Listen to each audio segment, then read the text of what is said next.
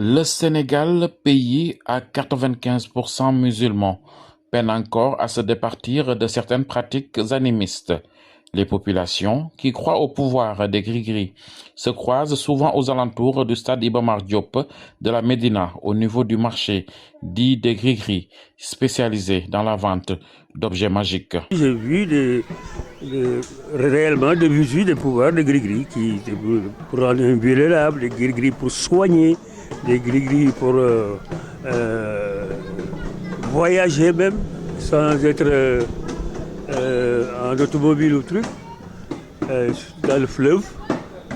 Moi j'étais inspecteur de l'aménagement du territoire, j'ai pèleriné un peu partout dans le Sénégal et j'ai eu la chance de voir des choses, enfin, des pouvoirs mystiques apportés par des gris-gris. Certains même, s'ils désapprouvent cette méthode, reconnaissent son existence. Pour la bonne cause, le pouvoir des gris-gris peut être imploré selon eux, mais en dernier recours. Non, franchement parler, en tant que musulman, je n'y crois pas. Je n'y crois pas. Par contre, si on se base sur les recommandations du prophète Mohammed, lui, il le faisait quoi? Pour se protéger contre les mauvaises langues, les mauvais esprits.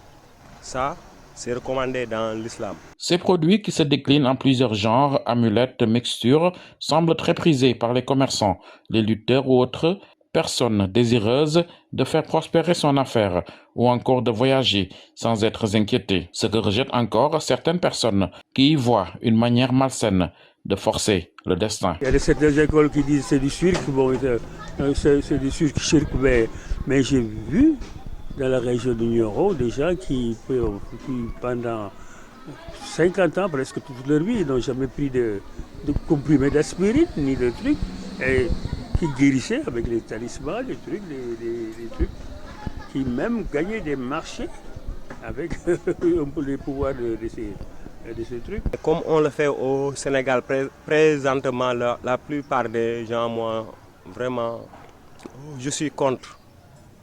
Je bannis cette façon, quoi, parce que c'est anti-islam, quoi. Banni par la religion, le port de gris-gris reste encore une réalité au Sénégal. Ceux qui cherchent à se donner bonne conscience justifient cette pratique par la seule volonté de se protéger des mauvais esprits ou d'un mauvais sort. Mais parfois, ils vont bien au-delà de ce qu'ils se limitent à nous dire. C'est un pouvoir réel, hein? C'est un pouvoir réel qui existe. C'est indéniable. Évidemment, maintenant, avec le développement de chacun veut être au modernisme et tout ça, mais il y a des réalités. Il faut nous sortir. Il y a des réalités. Non, non, sincèrement, je ne porte pas de gris-gris. Je ne porte pas de gris-gris. Moi, je fais mes prières. Le reste, je demande au Tout-Puissant, quoi. Mais je ne porte pas de gris.